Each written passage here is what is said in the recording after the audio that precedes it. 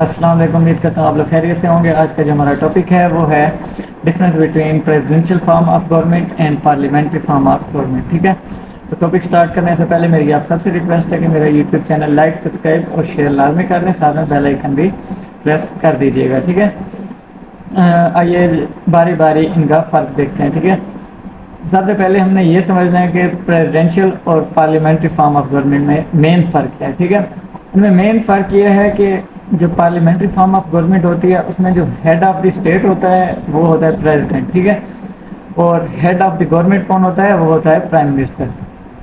جو presidential form of government ہوتی ہے اس میں ہیڈ آف دی اسٹیٹ اور ہیڈ آف دی گورنمنٹ دونوں پریزیڈنٹ ہوتے ہیں، تمام پاورز پریزیڈنٹ کو دی گئی ہوتی ہیں، ٹھیک ہے۔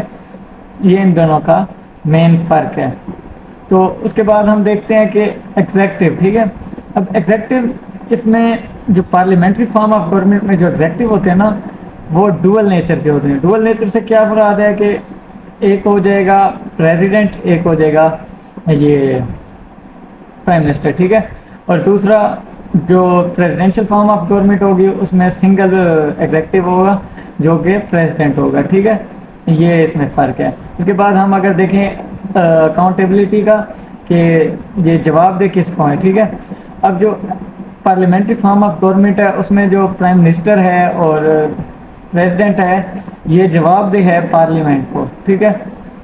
یہ اکاؤنٹیبلٹی کرتی ہے پارلیمنٹ کے، چیک اینڈ بیلنس رکھتی ہے پریزیڈنٹ کے ایکٹس پر اور پرائم منسٹر کی، ٹھیک ہے۔ لیجسلیچر یہ تمام اکاؤنٹیبلٹی کرتی ہے پارلیمنٹری فارم آف گورنمنٹ میں، ٹھیک۔ اور جو پریزیڈنشیل فارم آف گورنمنٹ ہے اس میں یہ ایگزیکٹو اکاؤنٹیبل نہیں ہے لیجسلیچر کو، پارلیمنٹ کو، ٹھیک ہے۔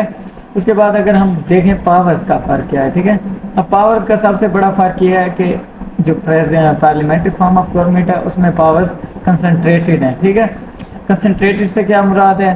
اور جو یہ پریزیڈنشیل فارم آف گورنمنٹ ہے اس میں پاورز ہیں ڈیوائیڈڈ۔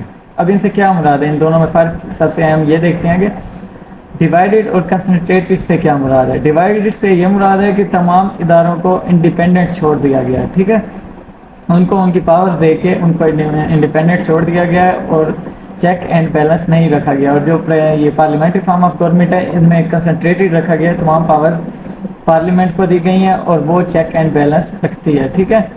اور اس کے بعد اگر ہم دیکھیں کہ منسٹرز، جو پارلیمنٹری فارم آف گورنمنٹ ہوتی ہے اس میں منسٹرز کو پارلیمنٹ وہ کرتی ہے، اپوائنٹ کرتی ہے، ٹھیک ہے۔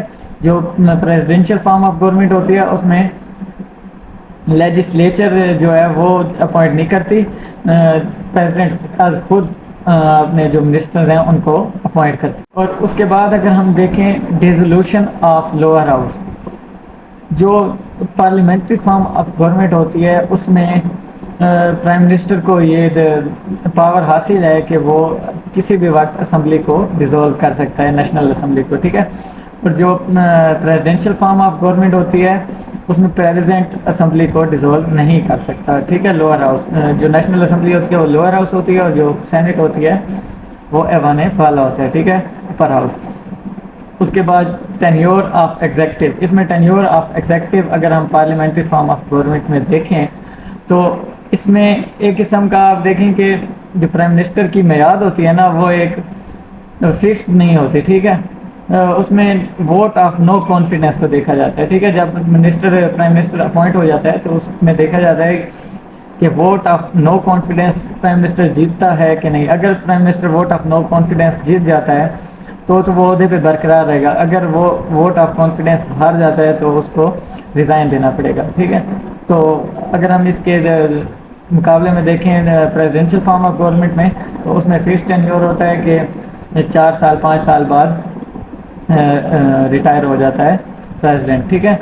اور جو mostly presidential form of government اور پارلیمنٹری فارم آف گورنمنٹ میں جو مین فرق یہ ہے کہ جو پارلیمنٹری فارم آف گورنمنٹ ہے اس میں اداروں کو، ایگزیکٹو، گورنمنٹ اور جوڈیشری کو ایک دوسرے پہ چیک اینڈ بیلنس رکھا گیا ہے اور ان کو انڈیپینڈنٹ ادارے رکھے گئے ہیں، ٹھیک ہے۔ یہ ایک دوسرے پہ چیک اینڈ بیلنس رکھتے ہیں اور جو پریزیڈنشیل فارم آف گورنمنٹ ہے اس میں ان کو انڈیپینڈنٹ تو کیا گیا لیکن ایک دوسرے پہ چیک اینڈ بیلنس کے لیے پاورز نہیں دی گئی۔ تو یہ اپنے تمام پاورز کو انڈیپینڈنٹلی ایکسرسائز کر سکتی ہیں پریزیڈنٹ کی اجازت کے ساتھ، ٹھیک.